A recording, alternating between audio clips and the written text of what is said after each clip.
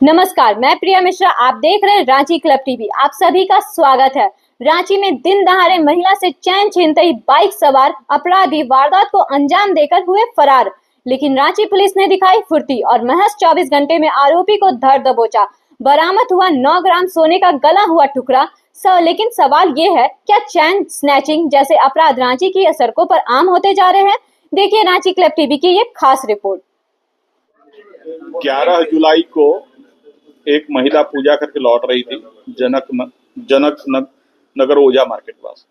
उसमें बाइक पे सवार 2 अपराधी थे जिन्होंने उसका चेन छीन लिया था। उनकी पहचान हो गई है।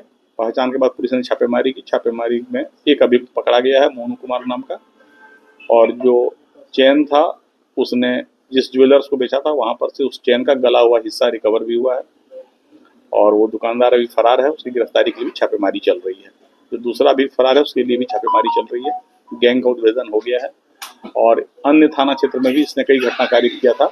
उसका भी इसने कन्फेशन में स्वीकार किया है। उसके भी रिकवरी का हम लोग प्रयास कर रहे हैं। कितनी घटनाओं को अब तक ये दिया है? 3 घटना तो इसने स्पष्ट स्वीकार किया है। बाकी में भी हम लोग सीसीटीवी फुटेज से मिलान कर रहे हैं इसका।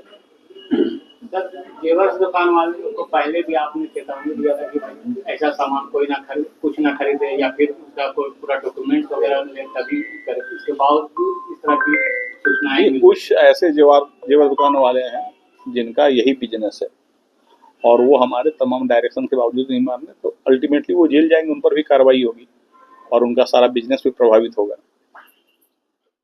आपने सुना रांची पुलिस की कार्रवाई और एसएसपी का बयान। साफ है कि सीसीटीवी और तेज छापेमारी ने एक साथी चैन स्नैचर को सलाखों के पीछे पहुंचा दिया।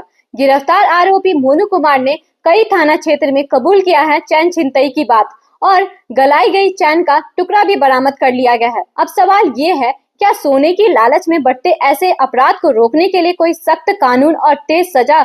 आप क्या सोचते हैं? अपनी राय कमेंट बॉक्स में जरूर बताएं। ऐसी ही अपडेट और ग्राउंड रिपोर्टिंग के लिए जुड़े रहिए रांची क्लब टीवी के साथ, जहां खबर होती है साफ, सीधी और सबसे तेज। धन्यवाद।